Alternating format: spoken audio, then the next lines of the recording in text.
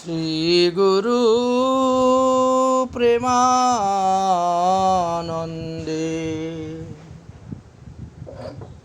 নিতাই গৌর সীতানাথ হরি হরি ও গুরুবে গৌরচন্দ্রায়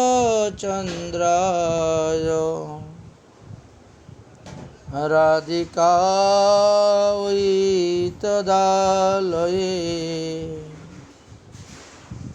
কৃষ্ণায় কৃষ্ণ ভক্তায় তদ্ভক্তায় নমো নমঃ। সজি ভক্তবৃন্দগণ,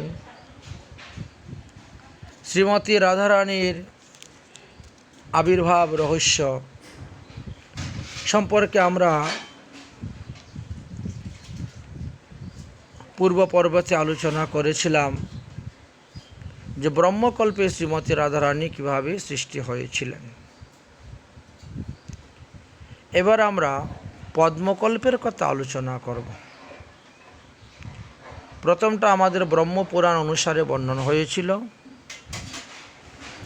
দ্বিতীয়টা এখন আমরা পদ্মকল্পের কথা ব্রহ্মবৈবর্ত পুরাণের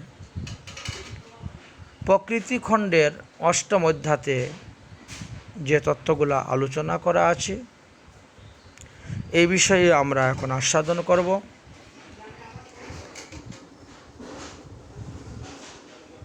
সর্বাদি সৃষ্ট সর্বেষাং জন্ম কৃষ্ণাদিতি শ্রুতি আবির্ভাব স্থিরভাব সর্বেষু প্রলয়েষু চ। এখানে বললেন যে আদি সৃষ্টিতে অর্থাৎ ব্রহ্মকল্পেতে সকলের জন্মই শ্রীকৃষ্ণ হইতে হয়েছিল, এটাই শ্রুতিশাস্ত্র দ্বারা প্রসিদ্ধ। কিন্তু প্রলয়ে তাহা আবার তিরুভাব হয়ে গেল। এই মহাপ্রলয়ের পর যখন পুনরায় আবির্ভাব হলো, তখন যে কল্প হয়েছিল সেই কল্পের নাম পদ্মকল্প হয়েছিল।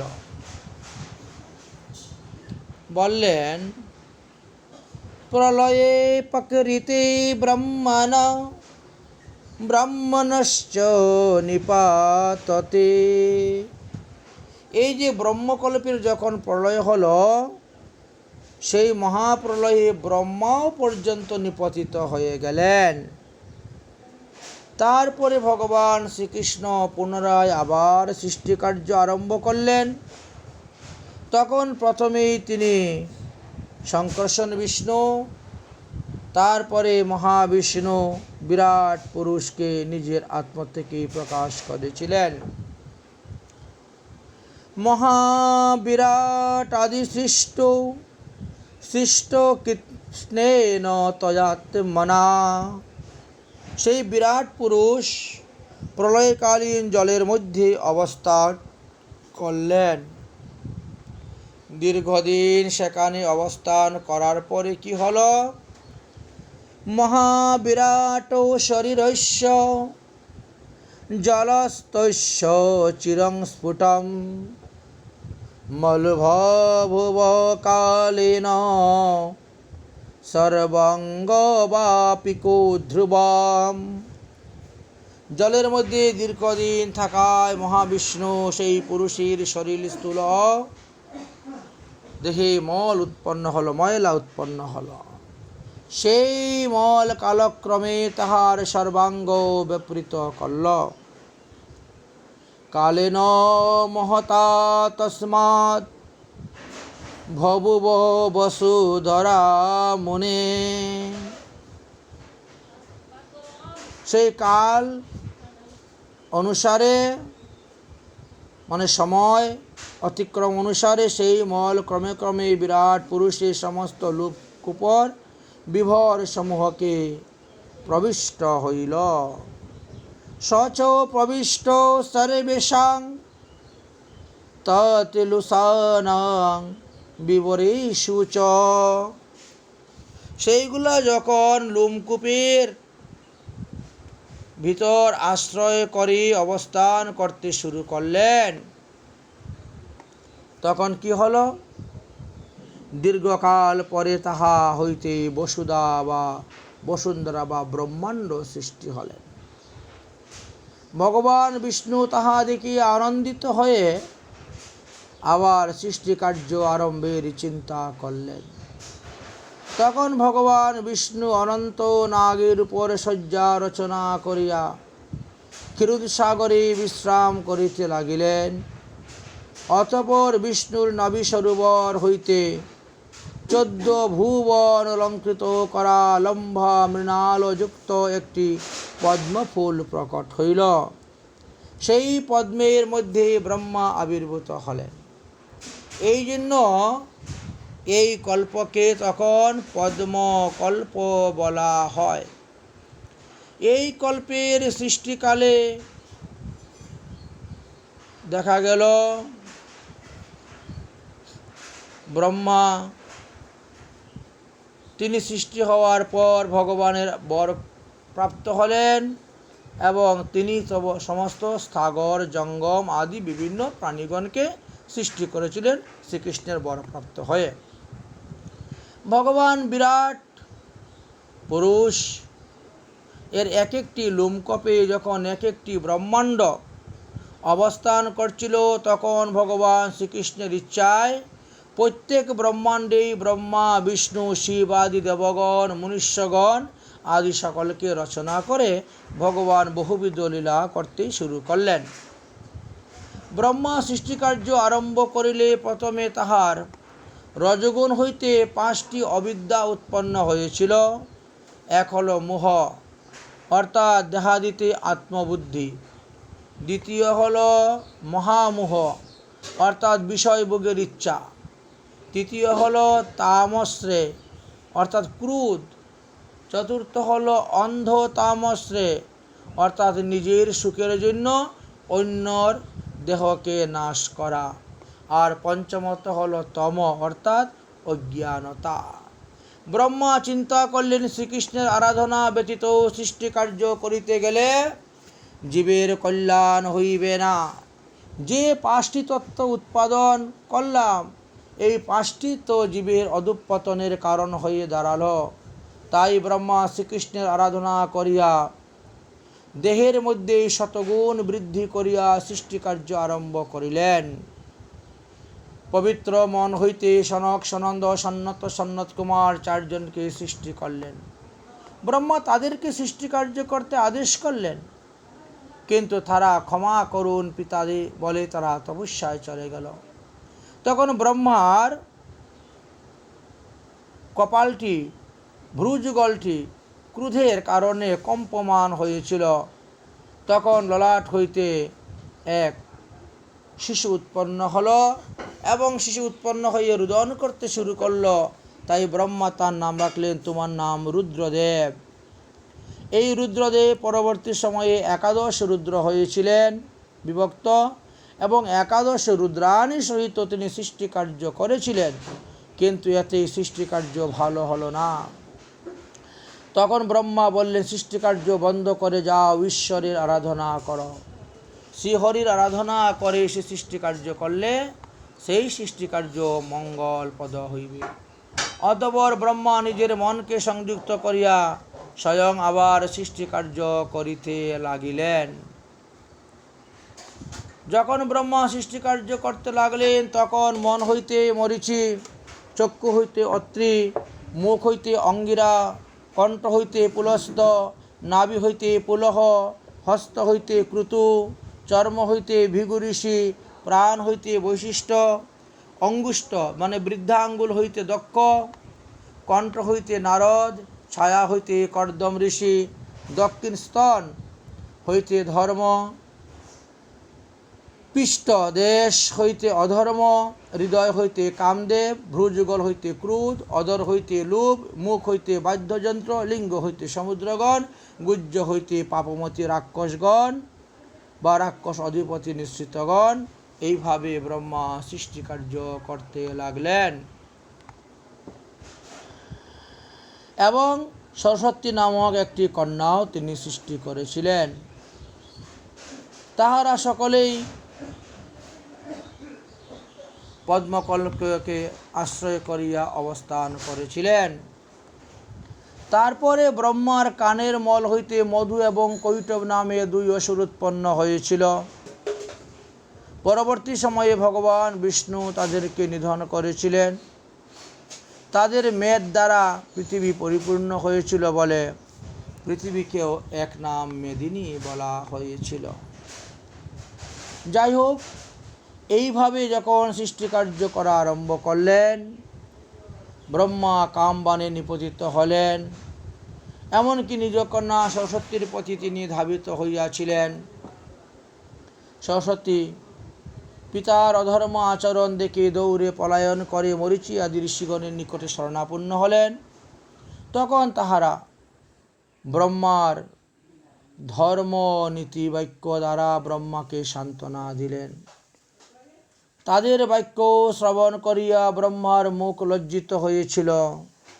ব্রহ্মার সেই কুৎসিত ভাবটি অন্ধকারময় ঘন কুয়াশা বা তুষার নামে অভিহিত হয়েছিল। তারপর ব্রহ্মার আদেশে কশ্যপাদি ঋষিগণ বিবাহ করলেন। তাদের সন্তান সন্ততি ক্রম অনুসারে হতে শুরু হলো।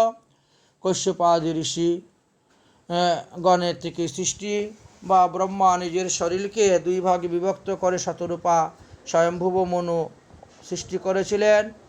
এইভাবে যে ক্রম অনুসারে তাদের সৃষ্টিকার্য বৃদ্ধি হয়েছিল, একথাও আমরা শাস্ত্রেতে দেখতে পাই।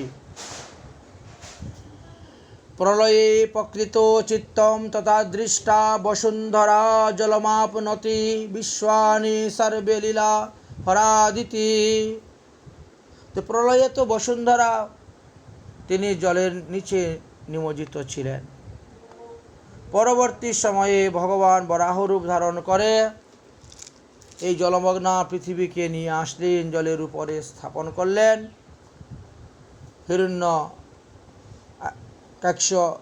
অসুরকে বধ করলেন ইত্যাদি আমরা দর্শন করতে পাই। এইভাবে সৃষ্টিকার্য বাড়তে শুরু হলো। ক্রম অনুসারে একে অন্যের মধ্যে সাপাসাপি হলো। যে বহু দেবগণ পৃথিবীতে এসে মনুষ্যরূপ ধারণ করে জন্মগ্রহণ করলেন। এমনকি শ্রীদামের অভিশাপ হেতু নিত্য গোলকধাম হইতে শ্রীমতী রাধারানীকে ভূমণ্ডলে আসতে হলো। যার ফলে আমরা ভূমণ্ডলে রাধারানীকে জানতে পেলাম, চিনতে পেলাম এবং রাধারানীর আবির্ভাব তিথিও আমরা পালন করে থাকি। এর পিছনে যে কারণগুলো ছিল, রহস্যগুলো ছিল, সেইগুলাই আমি আপনাদের সামনে তুলে ধরব। তো আমি ক্রম অনুসারে আমি আসতেছি সৃষ্টিতত্ত্ব নিয়ে আলোচনা করে, কিভাবে রাধারানী আসলেন, কেন আসলেন নিত্য গোলকধাম ত্যাগ করে। তাহলে দেখা গেল ব্রহ্মার অনেকগুলি পুত্রদের মধ্যে এক পুত্রের নাম ছিল কশ্যপ। কশ্যপের ঔরসে অদিতির গর্ভে দেবগণ আবির্ভূত হয়েছিলেন। কশ্যপের ঔরসে দিতির গর্ভে সমস্ত দৈত্য অসুর দানব রাক্ষসগণ উৎপন্ন হয়েছিলেন। কশ্যপ ঋষির পত্নী ধনুর গর্ভে 61 প্রকার দানব উৎপন্ন হয়েছিল। কশ্যপ ঋষির পত্নী কাষ্টার গর্ভে অশ্ব আদি একুর বৈশিষ্ট্য পশুগণ উৎপন্ন হয়েছিল এবং কশ্যপ পত্নী অরিষ্টার গর্ভে গন্ধর্বগণ জন্মগ্রহণ করেছিলেন। কশ্যপ পত্নী সুরভার গর্ভে সমস্ত রাক্ষসগণ জন্মগ্রহণ করেছিলেন। কশ্যপ পত্নী ইলার গর্ভে সমস্ত বৃক্ষ লতা আদি জন্মগ্রহণ করেছিলেন। কশ্যপ ঋষির পত্নী মুনির গর্ভে অপ্সরাগণ জন্মগ্রহণ করেছিলেন। কশ্যপ ঋষির পত্নী ক্রুদবস্যার গর্ভে মশা মাছি পোকামাকড় এরা জন্মগ্রহণ করেছিলেন। কশ্যপ ঋষির পত্নী অশ্রবার গর্ভে কুকুর শকুর শুন আদি প্রাণীগণ জন্মগ্রহণ করেছিল। কশ্যপ ঋষির পত্নী সুরভীর গর্ভে গু মহিষ আদি 2 কুর বৈশিষ্ট্য প্রাণীগণ সৃষ্টি হয়েছিল সুরভীর গর্ভে। আর কশ্যপ ঋষির পত্নী সুরমার গর্ভে বাঘ, সিংহ আদি প্রাণীগণ জন্মগ্রহণ করেছিল। কশ্যপ ঋষির পত্নী তিমির গর্ভে সমস্ত জলজন্তু, মৎস্য, জলাচর আদি জন্মগ্রহণ করেছিল।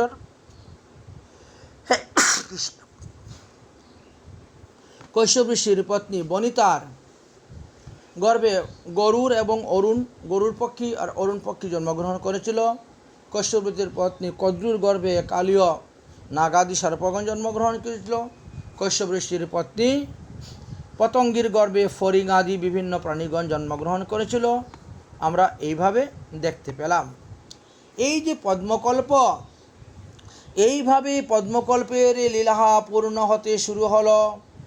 একদা ব্রহ্মার মুখ হইতে নারায়ণের মহিমা শ্রবণ করিয়া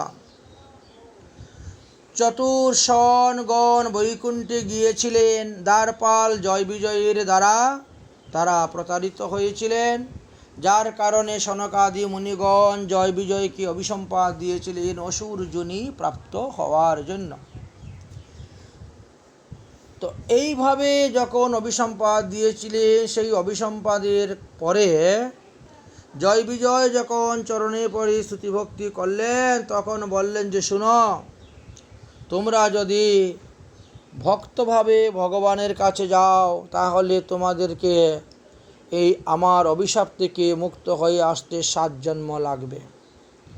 আর যদি শত্রুভাবে যাও তাহলে তোমরা 3 জন্মেই মুক্তি লাভ করে স্বস্থানে চলে আসতে পারবে। জয় বিজয় তখন শত্রুভাবটাই অঙ্গীকার করেছিলেন, যার ফলে প্রথম জন্মে তারা হিরণ্যকশিপু হিরণ্যাক্ষ হলেন, দ্বিতীয় জন্মে তারা রাবণ কুম্ভকর্ণ, আর তৃতীয় জন্মে শিশুপাল দন্তবক্র। সত্য, ত্রেতা, দ্বাপর 3 যুগে 3 রূপভাবে তারা অবতীর্ণ হয়ে আসছিলেন। জন্মগ্রহণ করে শত্রুভাবে ভগবানকে ভজন করে তারা যথাস্থানে গমন করেছিলেন। এই তো ক্রমানুসারে সৃষ্টিকার্য, লীলাকার্য আদি চলতে শুরু হলো। তাই কারণ ছাড়া তো কার্য হয় না। এই দেখেন কারণ। তারপরে পদ্মপুরাণে বললেন, ব্রহ্মবৈবর্ত পুরাণে, হরির নিমিষ মাত্রেন ব্রহ্মা পাত এব চ তস্য পাতে প্রকৃতি প্রলয়া পরিগৃহতে। তারপরে এই ব্রহ্মকল্প, পদ্মকল্প শেষ হওয়ার পরে বরাহ কল্প আরম্ভ হলো। তাহলে এই পদ্মকল্পতেও রাধারানীর আবির্ভাব হয়েছিলেন। সেখানে লেখা আছে যে কোনো এক সময়ে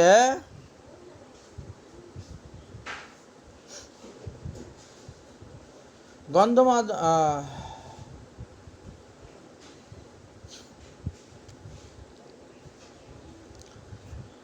যাই হোক, আমরা সেই তত্ত্বকথাটি মনে পড়তেছে না,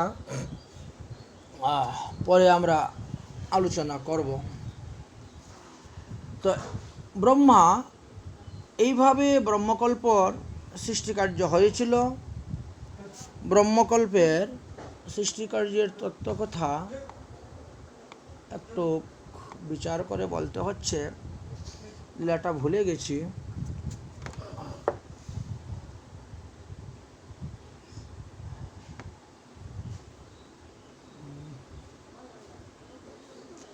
কোনো এক সময়ে ব্রহ্মকল্পেতে হিমালয় পর্বতের খুব অহংকার হয়েছিল। কারণ হিমালয় পর্বতের জামাতা হলেন মহাদেব। এই অহংকারে তিনি বড় গর্বিত ছিলেন। যেখানেই যান সেখানেই তিনি এই গর্ব প্রকাশ করেন। তো সেই সময়ে বিন্দু পর্বত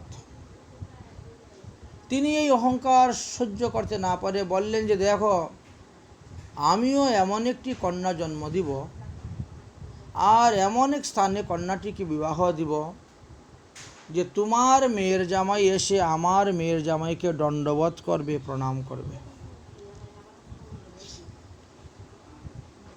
তখন তোমারই গর্ব চূর্ণ হবে, তোমারই অহংকার চূর্ণ হবে। তোমার এই অহংকারকে চূর্ণ করার জন্য আমি এই রকম একটি মেয়ের জন্ম দিব। তাই তিনি কঠোর তপস্যা করতে শুরু করেন।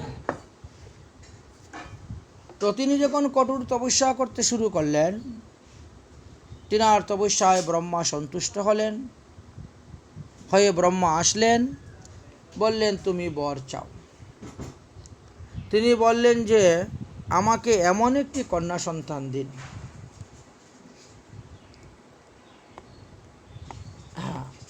আর এমন এক জামাতা আমি চাই যে আমার কন্যাটিকে সেই জামাতার কাছে বিবাহ দিব। সেই জামাতাকে মহাদেব এসে প্রণাম করবে, দণ্ডবোধ করবে। আমি এর জন্যই কঠোর তপস্যা করিতেছি। তখন ব্রহ্মা চিন্তা করলেন যে মহাদেব দণ্ডবোধ প্রণাম করবে তো একমাত্র শ্রীকৃষ্ণকে। শ্রীকৃষ্ণ ছাড়া তো আর কেউ নেই তার দণ্ডবোধ প্রণামের যোগ্য। আর শ্রীকৃষ্ণ যদি বিবাহ করতে হয় তাহলে শ্রীমতী রাধারানীকে তার কন্যারূপে পাঠাতে হবে। শক্তি এবং শক্তিমান ভিন্ন তো হবে না। এই সমস্ত চিন্তা করে তখন তিনি বর দিলেন, তথাস্তু বলে। তো সেই সময়ে সেই কল্পেতে শ্রীমতী রাধারানী বিন্দু পর্বতের কন্যারূপে অবতীর্ণ হয়েছিলেন। সুতরাং এই বিন্দু কল্পতের কন্যারূপে যখন অবতীর্ণ হলেন, সেই সময়েও ভগবান শ্রীকৃষ্ণ পৃথিবীর ভার হরণ করার জন্য এসে অবতীর্ণ হয়েছিলেন। অন্যান্য যুগেতেও এইভাবে লীলা হয়েছিল।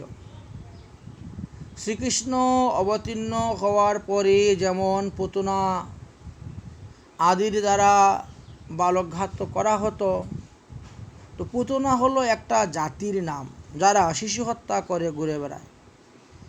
এক পুতনাকে তো ভগবান শ্রীকৃষ্ণ 6 দিন বয়সী বধ করলেন। কিন্তু অন্য আরেক পুতনা উড়ে উড়ে বিন্দু পর্বতে গিয়েছিল, সেখানে শ্রীমতী রাধারানীকে পেয়েছিল এবং রাধারানীকে বধ করার জন্য তিনি যখন ধরে আকাশমার্গে নিয়ে চলে আসছিলেন, সেই সময়ে সকলে দেখে ফেলল। বিন্দু পর্বত এবং তার পত্নী গুরুদেবকে ডাকলেন, গুরুদেব আমাদের কন্যাটিকে রাক্ষসনী নিয়ে চলে যাচ্ছে। গুরুদেব তখন রাক্ষস নিধন মন্ত্র বাণ মারলেন, যার ফলে ওই পুতনা রাধারানীকে আকাশমার্গের থেকে ছেড়ে দিল। তিনি ঘুরতে ঘুরতে যমুনার জলে একটি পদ্মফুলের উপরে পতিত হয়েছিলেন। পদ্মফুলের উপরে পতিত হয়ে সেখান থেকে ভেসে ভেসে আসতে আসতে তিনি এসে উপস্থিত হয়েছিলেন শ্রীধাম বৃন্দাবন ব্রজমণ্ডলে রাবেল গ্রামেতে। সেই সময়ে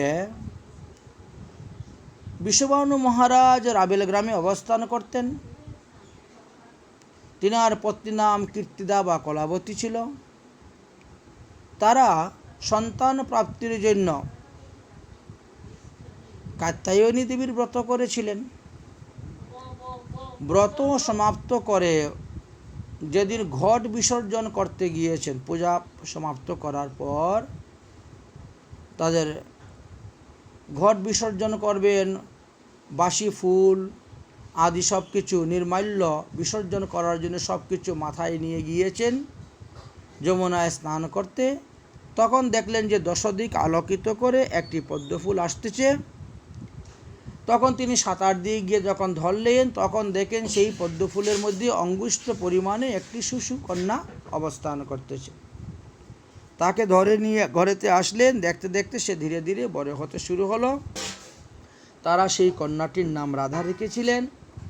এইভাবে শ্রীমতী রাধারানীও আবির্ভাব হয়েছিলেন, প্রকট হয়েছিলেন এবং বিশ্বভানু মহারাজ কীর্তিদা সুন্দরী তাদেরকে লালন পালন করেছিলেন, বড় করেছিলেন। এইটিও একটি সিদ্ধান্ত শাস্ত্রে পাওয়া যায়, কিন্তু কখন কোন কল্পে কিভাবে হয়েছিল তা বিস্তারিত ব্যাখ্যা নেই। তাই আমরা তারপরে গর্গসংহিতাতেও এই বিষয়ে আরও তত্ত্বকথা লেখা আছে রাধারানীর জন্ম বিষয়ে। আমরা সেই লীলা কথা আলোচনা করব। আমাদের গোস্বামীগণ এই সব কিছু লীলাগুলাকে একত্রিত করে বর্ণন করে তারা বিচার করে দেখলেন যে মধ্যাহ্নকালেই শ্রীমতী রাধারানীর অভিষেক। কারণ কীর্তিদা মা বা কলাবতী দেবী যখন স্নান করতে গিয়েছিলেন তখন তিনি ভোরবেলা স্নান করতে যান নাই, কারণ ওখানে পূজা সমাপ্ত হবে, ঘট বিসর্জন তো এরভাবে রাত্রিবেলা হয় না।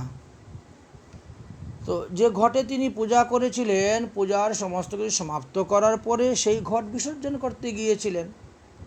সাধারণত আমাদের যদি 6টার সময় সূর্য উদয় হয় তাহলে 10:48 থেকে আমাদের মধ্যাহ্ন শুরু হয়ে যাচ্ছে। তাহলে 10:48 বা 11টার সময় তিনি সেই কন্যাটিকে এনেছেন, তারপরে পঞ্চামৃত আদি দিয়ে স্নান করিয়েছেন, যেটাকে রাধারানীর আবির্ভাব তিথি বলে মানা হচ্ছে। তো এইভাবে এখন যদি কেউ মনে করেন যে রাধারানীর আবির্ভাব ভোরবেলা হয়েছে, আমি ভোরবেলাই করুন, সেটা ওনার ব্যাপার।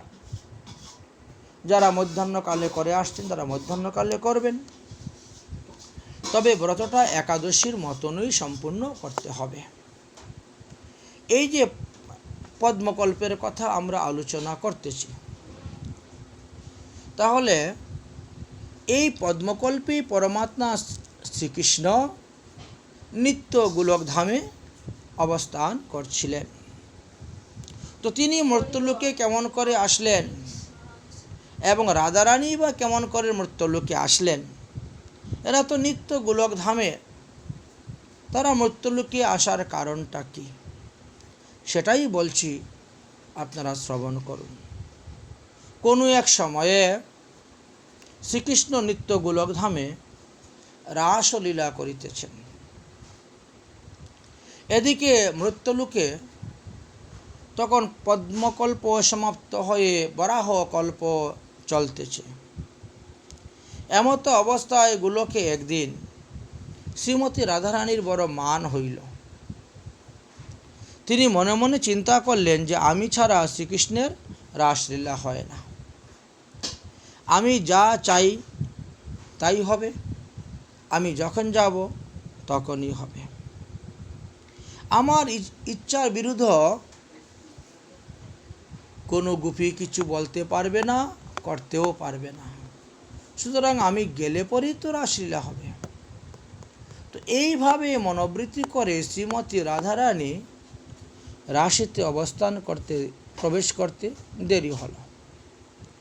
গর্গসংহিতা থেকে জানা যায় বা স্কন্দ পুরাণেও এই বিষয়ে জানা যায় যে শ্রীমতী রাধারানীর সুখের জন্য শ্রীকৃষ্ণ নিজের মন হইতে সুখ এবং সারি নামক 2টি পাখি সৃষ্টি করেছিলেন। নিজের হৃদয় হইতে গিরিরাজ গোবর্ধন পর্বত সৃষ্টি করেছিলেন এবং গোলকে শ্রীধাম বৃন্দাবন নির্মাণ করেছিলেন। গোকুলে প্রিয়তে তৈষ্য কৃষ্ণেন নির্মতং পুরা ক্রিয়ার্ত ভুবি তৎনামং বনং বৃন্দাবন স্মৃত। গোকুল ধামে সমস্ত কিছুই নিত্য, গোলকে সমস্ত কিছু নিত্য, সেই স্থানে সদা আনন্দময়। তথাপিও ব্রহ্মার প্রতিকল্পে দিবস ভিতরে গোলক বিহারী শ্রীকৃষ্ণকে একবার ভূতলে এসে অবতীর্ণ হতে হয়। প্রভু যখন আসেন তখন সঙ্গে করে নিজ পরিজনদেরকে নিয়ে আসেন, কারণ ওরা না আসলে তো তিনার লীলার বিস্তার লাভ হবে না, আনন্দ হবে না। তাই এদেরকে আসারও তো একটা কারণ চাই, কারণ বিনা তো কার্য হবে না। এই জন্য গোলকধামের মধ্যেও একে অন্যের প্রতি সাপাসাপি। সেই সাপ হইতে মুক্তি পাইবার জন্য কেউ বা অসুরজনী, কেউ বা শত্রুভাবে, কেউ বা মিত্রভাবে তারা মৃত্যুলোকে এসে জন্মগ্রহণ করেছিলেন। ভগবান শ্রীকৃষ্ণ দেখলেন ভূমণ্ডলে বরাহ কল্পের সপ্তম মন্বন্তরের 28তম দ্বাপর যুগে কংস এবং শিশুপাল, দন্তবক্র আদি অসুরগণকে উদ্ধার করার জন্য তিনি স্বয়ংই ভূলোকে আসবেন। তাই গোলকনাথ গোলকে একটি লীলা রচনা করলেন। সেই লীলাটি কি ছিল? একদিন রাসলীলায় শ্রীমতী রাধারানী আসতে বিলম্ব দেখিয়া গোবিন্দ সবামঙ্গ হইতে বিরজা নামক এক নারী সৃষ্টি করেছিলেন। নির্জন মহাবনে এক কুঞ্জেতে তাকে নিয়ে প্রবেশ করলেন এবং বিরজার সহিত রাসাদি লীলা বিহারে লিপ্ত হলেন। কুঞ্জের দরজা বন্ধ রাখলেন, দরজায় শ্রীদামকে পাহারাদার করে রাখলেন। এদিকে শ্রীমতী রাধারানী রাসমঞ্চে এসে প্রাণ গোবিন্দকে দেখতে না পেয়ে এদিক ওদিক অন্বেষণ করতে লাগলেন। অবশেষে মহাবনে গিয়ে শ্রীদামকে দেখতে পাইলেন। জিজ্ঞাসা করলেন, হে শ্রীদাম, আমার প্রাণপতি কই? শ্রীদাম বললেন, তিনি বিরজাকে নিয়ে কুঞ্জে প্রবেশ করেছেন। এই কথা শুনে শ্রী রাধা অতিবেগে কুঞ্জের ভিতরে প্রবেশ করতে চাইলেন, কিন্তু শ্রীদাম সেখানে দারোয়ান হয়ে দাঁড়িয়ে রাধারানীকে বাধা দিলেন। ধীরে ধীরে উভয়ের কথা কাটাকাটি, উভয়ের মধ্যে ক্রোধ বৃদ্ধি পেতে লাগলো। কথায় বলে, কাম যেখানে বাধাপ্রাপ্ত হয় সেখানে ক্রোধের উৎপত্তি হয় বা কামটি ক্রোধে রূপান্তরিত হয়। তাই রাধারানী অত্যন্ত কুপিত হইয়া শ্রীদামকে অভিসম্পাদ দিলেন। ব্রহ্মবৈবর্ত পুরাণে শ্রীকৃষ্ণের জন্মকাণ্ডের 3য় অধ্যায়ের 97 নম্বর শ্লোকেতে দেওয়া আছে, যথায়সুরশ্চো ত্রিদশা নিত্যং নিন্দিতো সন্ততৌ তথা নিন্দসি মাং মূঢ় তস্মাদ অসুর ভবঃ। শ্রীমতী রাধারানী শ্রীদামকে অভিসম্পাদ দিয়েছিলেন। এই শ্লোক থেকে আমরা জানতে পারি, রাধারানী বললেন, হে মূঢ়, যেই রূপে অসুরেরা নিত্য নিরন্তর দেবগণের প্রতি বিদ্বেষ ভাব পোষণ করেন, সেই রূপে তুমি সর্বদা আমার প্রতি বাক্য আদি প্রয়োগ করতেছ। তাই আমি তোমাকে অভিসম্পাদ দিলাম, তুমি অসুর যোনি প্রাপ্ত হও।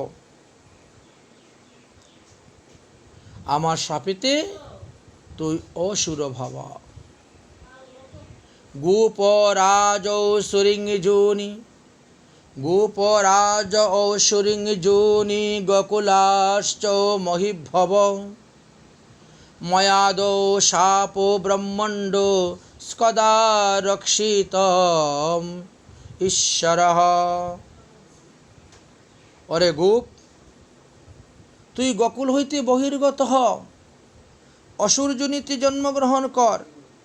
অরে মূঢ়, আজ আমি তোকে অভিসম্পাদ দিলাম, দেখি কে তোকে রক্ষা করতে পারে। শ্রীরাধার এই অভিশাপমূলক বাক্য শ্রবণ করিয়া ক্রোধে শ্রীদামের অধর কাঁপতে শুরু করল।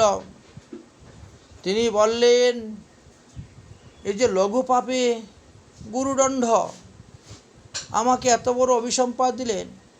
আমি যদি শ্রীকৃষ্ণের সখা হয়ে থাকি, আমি যদি দ্বাদশ গোপালের মধ্যে একজন হয়ে থাকি, আমি যদি শ্রীকৃষ্ণের পরম ভক্ত হয়ে থাকি, তাহলে আমিও তোমাকে অভিসম্পাদ দিচ্ছি। হে রাধিকে, মনুষ্য ইব কূপস্তে তস্মাৎ তং মনুষ্যী ভব ভবিষ্যতি ন সন্দেয় ময়া শাপ তমুন্ভিকে।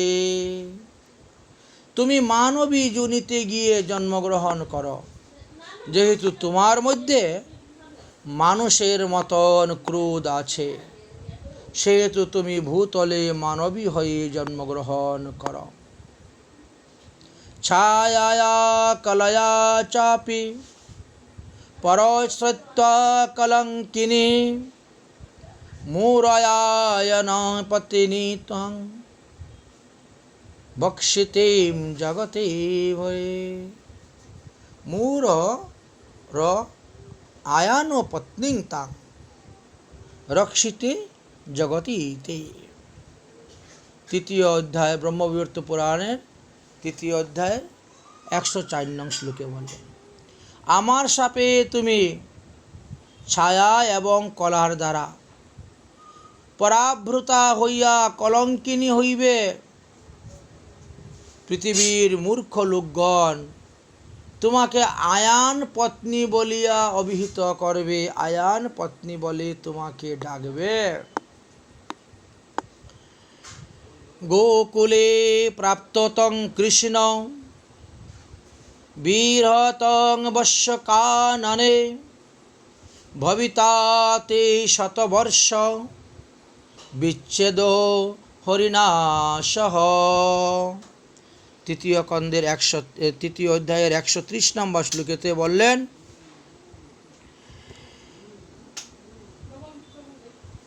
যদি তুমি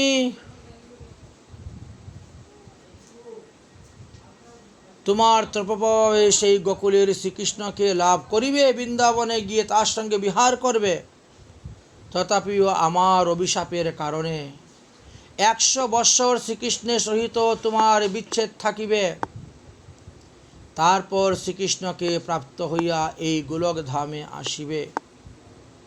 অতঃপর রাধারানীর অভিশাপে শ্রীদাম শঙ্কসুর হয়ে জন্মগ্রহণ করলেন।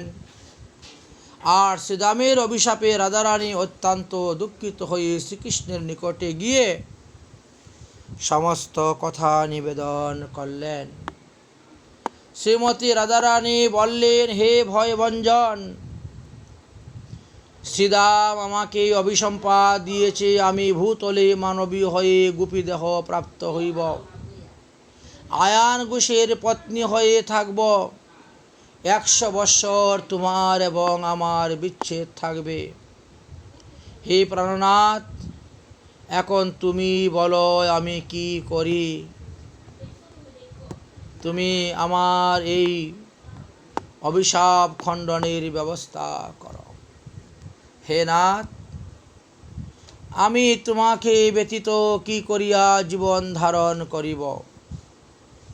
তোমা বিনা আমার নিকট ক্ষণকাল শতযুগ বলিয়া মনে হয়, 100 বৎসর তো বহুদিন। শ্রীকৃষ্ণ তখন সুন্দরী প্রিয়সী রাধারানীকে বক্ষে ধারণ করিয়া প্রবুদ্ধ বাক্যর দ্বারা অভয় দান করে বললেন। ব্রহ্মবিবর্ত পুরাণ প্রকৃত শ্রীকৃষ্ণের জন্মখণ্ডের 2য় অধ্যায় 14 নং শ্লোকটি আপনারা দেখতে পাবেন। মহিতলম গমিষ্যামি বরাহে চৌবরাননে ময়া সার্ধং ভূগমনম জন্মতে অপি নিরাপৃতম। হে সুবদনে, হে প্রিয়তমে, আমি তো বরাহকল্পে ভূতলে গমন করিব, এই পাপীদেরকে সংহার করার জন্য, ধর্মকে স্থাপন করার জন্য, সাধুদেরকে রক্ষা করার জন্য। তখন না হলে শ্রীদামের অভিশাপ হেতু তুমিও আমার সঙ্গে ভূতলে গিয়ে জন্মগ্রহণ করিবে।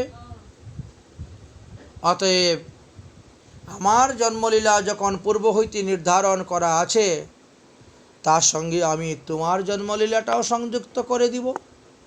চলো। ব্রজ গত্বা ব্রজদেবী বিহরিষ্যামি কাননে মম প্রাণাধিকা তঞ্চ ভয়ং কিন্তে ময়ুস্থিত। শ্রীকৃষ্ণ জন্মখণ্ডের 2য় অধ্যায়ের 15 নম্বর শ্লোকেতে বললেন, হে দেবী, আমি তো স্বয়ং ব্রজে গমন করিব, আর তুমিও সেখানে অবতীর্ণ হইবে। তাহলে তোমার সহিত আমি ব্রজ কাননে ভ্রমণ করে করে বিহার করিব। তুমি আমার প্রাণাধিকা প্রিয়তমা। আমি থাকতে তোমার কিসের ভয়? রাধারানী বললেন, হে প্রাণেশ্বর, নিমেষেষু চ যুগস্যত ভবিতা মে ত্বয়া বিনা কং দ্রক্ষ্যাসি কো যস্বামী কো বাং পালয়িষ্যতি। নিমিষকাল মাত্র আপনার বিরহে আমার শতযুগ বলিয়া মনে হয়। সুতরাং আমি সেখানে গিয়ে আমি কাকে দর্শন করব? কোথায় গিয়ে আমি জন্ম নিব? কে আমাকে পালন করবে, পোষণ করবে? আমি তো জানি না। আমি তো একমাত্র তোমাকে জানি। তুমি ব্যতীত তো আমি আর অন্য কাউকে জানি না। অতএব শ্রীদামের অভিশাপে যে আমি ভারতবর্ষে গিয়ে জন্মগ্রহণ করি, তো সেখানে আমার কে মাতা হবে, কে পিতা হবে, কে ভ্রাতা হবে, কে ভগ্নী হবে, কে বা আমাকে লালন পালন করবে? তখন বললেন, মা তারং পিতরং বন্ধু ভ্রাতারং ভগ্নিনী সুতম তয়া বিনাহং প্রাণেশ চিন্তামপি ন কিংস্খনম। ষষ্ঠ অধ্যায়ের 190 নম্বর শ্লোক, শ্রীকৃষ্ণ জন্মখণ্ডের। হে প্রাণেশ্বর, আমি তো কোনোদিনও আপনার ব্যতীত মাতা পিতা বন্ধু ভ্রাতা ভগিনী পুত্র এই সকল কামনা করি নাই, চিন্তাও কোনো দিন করি নাই। তবে আমার কপালে এই রকম প্রারব্ধ কেমন করে এসে উপস্থিত হলো? প্রভু, আমার নিকটে প্রতিজ্ঞা করে বলুন, আমি পৃথিবীতে গেলে আমাকে কোনরূপ বিষয় সম্পত্তি দিয়ে ভুলাবেন না। আপনার মায়া যেন আমাকে স্পর্শ করতে না পারে। আমার মনরূপী ভ্রমর যেন সর্বক্ষণ আপনার মধুস্বরূপ শ্রী পাদপদ্মে নিত্য ভ্রমণ করে, এই বরটি আমাকে দান। যত্র যত্র তো যস্যাদ্বা যৌনিং জন্ম ভবন্তিদম তৎস্য যস্য স্মরণম দস্যং মোহত দস্যামি বঞ্চিতাম। হে প্রভু, শ্রীদামের অভিশাপ হেতু যে কোনো স্থানেই আমার জন্ম হোক না কেন, যে কোনো যোনিতেই আমার জন্ম হোক না কেন, আপনি আমাকে আপনার দাসী করিয়া রাখিবেন। আপনাকে যেন আমি সর্বদা স্মরণ করতে পারি, সেই শক্তি আপনি আমাকে প্রদান করিবেন। ভগবান শ্রীকৃষ্ণ বললেন, তথাস্তু। রাধারানী বললেন, আমার আরও একটি বর আছে, তা প্রদান করুন। কী বর চাও তুমি? ব্রহ্মবিবর্ত পুরাণ, শ্রীকৃষ্ণের জন্মকাণ্ড, ষষ্ঠ অধ্যায়ের 194 নম্বর শ্লোক। কৃষ্ণস্থ রাধিকাঞ্চয় প্রেম সৌভাগ্য মা বয় ন বিস্মৃরামি ভূমি চ দেহি মজ্জম পরম্বরাম। আপনি কৃষ্ণ এবং আমি রাধা। আমাদের এই যে প্রেম সৌভাগ্য, তাহা ভূতলে গিয়ে আমি যেন কখনো ভুলি না, এই বরটি আপনি আমাকে প্রদান করুন। এই কথা বলিয়া দেবী রাধা দেবসভার মধ্যে শ্রীকৃষ্ণের চরণ কমলে পরে উচ্চস্বরে রোদন করিতে লাগিলেন। ভগবান শ্রীকৃষ্ণ তখন রাধারানীকে স্বীয় কোলে বসাইয়া নিজের বস্ত্রাঞ্চল দ্বারা রাধার মুখ মুছাইয়া দিলেন। আধ্যাত্মিক যুগ জ্ঞান প্রধানে প্রবোধনা দিয়ে সান্ত্বনা করলেন আর বললেন, হে দেবী, ময়া বিনা তং নির্জীবা অদ্বৈস্যহম তয়া বিনা তয়া বিনা ভবং কর্তুম নালং সুন্দরী নিশ্চিতম। আমি ব্যতীত যে রূপে তুমি নির্জীবা ও চেতনা জরা, সেই রূপে তুমি ব্যতীত আমিও অস্তিত্বহীন, অস্তিত্ব নাই।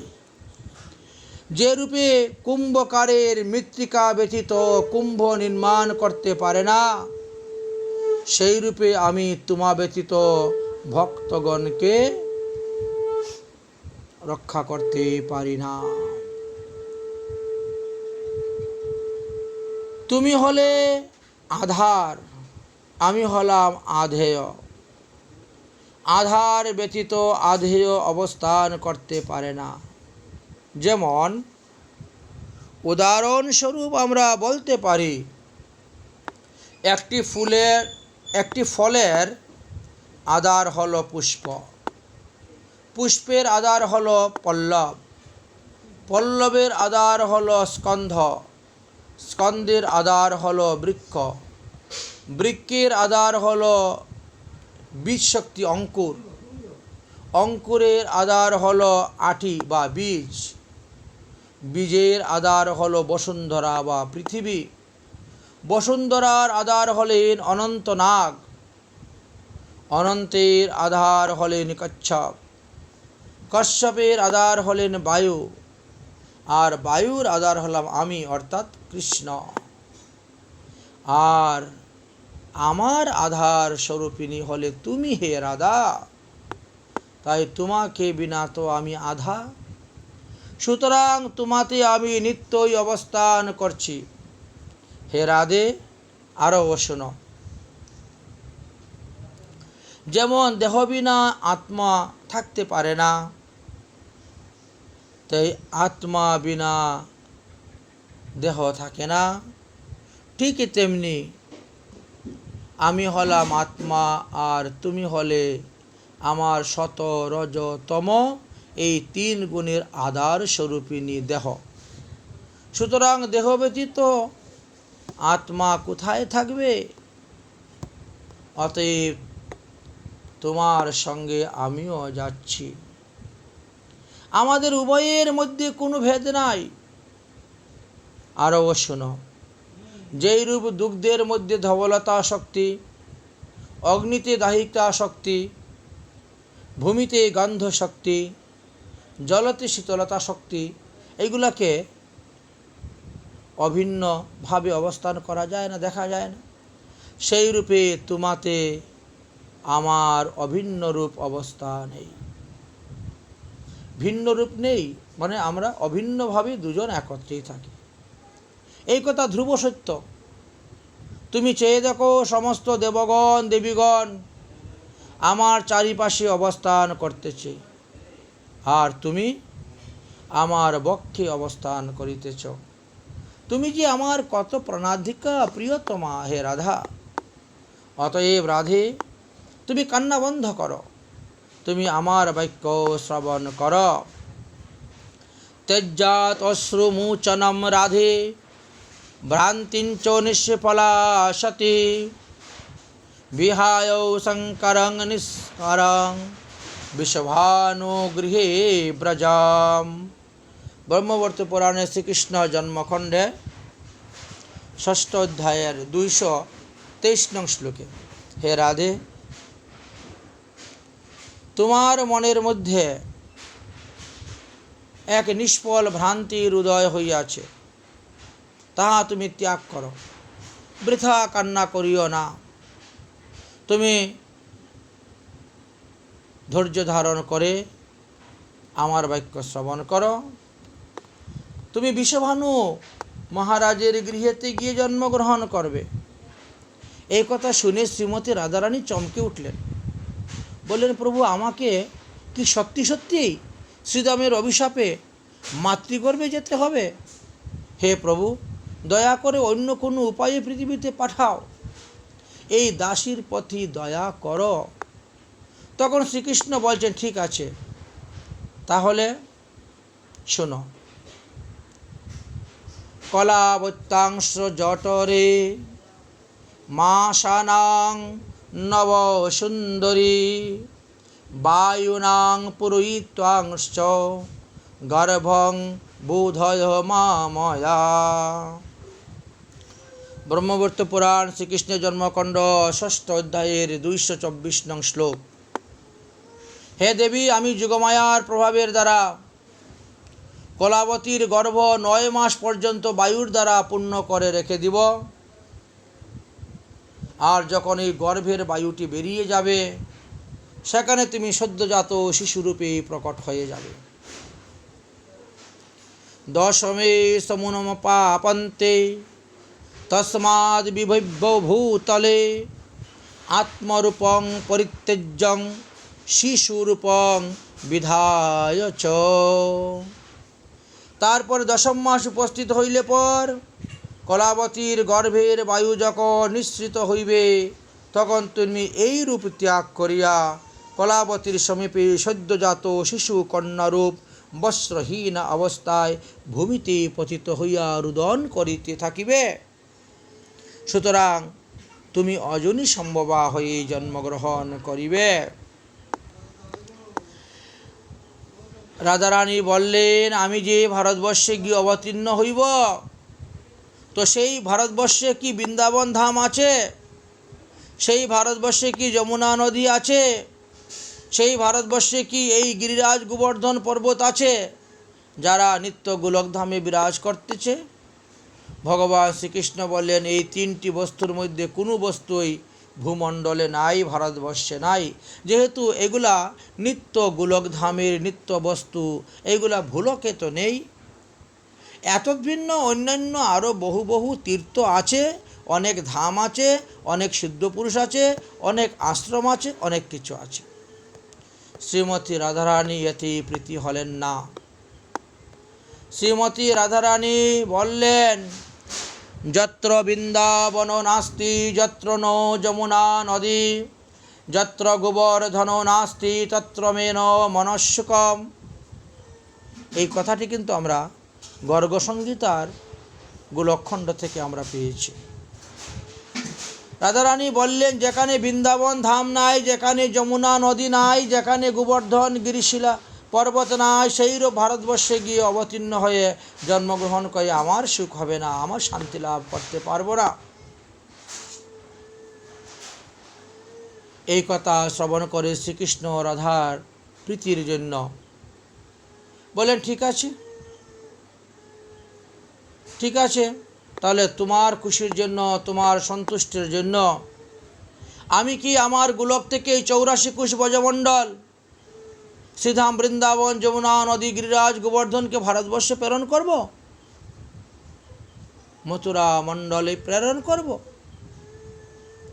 তয়া সহ গমিষ্যামি মাং শুকং কুরু রাধিকে হরিষ্যান্তি ভবু ভাবং করিষ্যামি তবস্তুভ। হে রাধে, তুমি দুঃখ করিও না। আমি তোমার বাক্য পালন করিবার জন্য তোমার সঙ্গে আমিও পৃথিবীতে গিয়ে অবতীর্ণ হইব ভূবার হরণ করিবার জন্য। তুমিও আমি উভয়েই অজনী সম্ভব হয়ে আবির্ভূত হব। আমি ভূমিষ্ঠ হওয়া মাত্রই পিতা বসুদেব আমাকে গোকুলে নিয়ে যাইবেন। আমি তোমার জন্যই গোকুলে যাইতেছি, কিন্তু লোক মনে করবে যে আমি কংসের ভয়ে মথুরা ত্যাগ করে গোকুলে গিয়ে নন্দ বাবার কাছে শরণাপন্ন হয়েছিলাম। তুমি আমাকে তথায় যশোদা নন্দন রূপে পাইবে। আমার বরে যথা সময়ে তুমি আমাকে প্রাপ্ত হইবে, তোমার সমস্ত স্মৃতি লাভ করতে পারবে।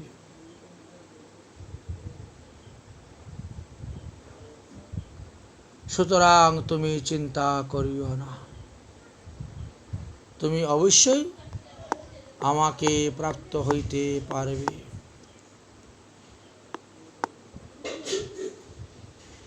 কেউ হয়তো মনে করতে পারেন যে এই বিষভানু মহারাজ এবং কলাবতী তারা পূর্বজন্মে কে ছিল এবং কোন তপস্যার প্রভাবে শ্রীমতী রাধারানীকে তারা কন্যারূপে প্রাপ্ত হয়েছিলেন।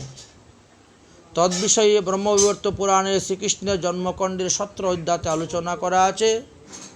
শ্রীমৎ মহাপ্রভুর কৃপা হলে আগামীকাল তার পরবর্তী বিষয়ে আলোচনা করব। আজকের মতন রাধারানীর জন্মলীলা রহস্য কথা এখানেই বিশ্রাম।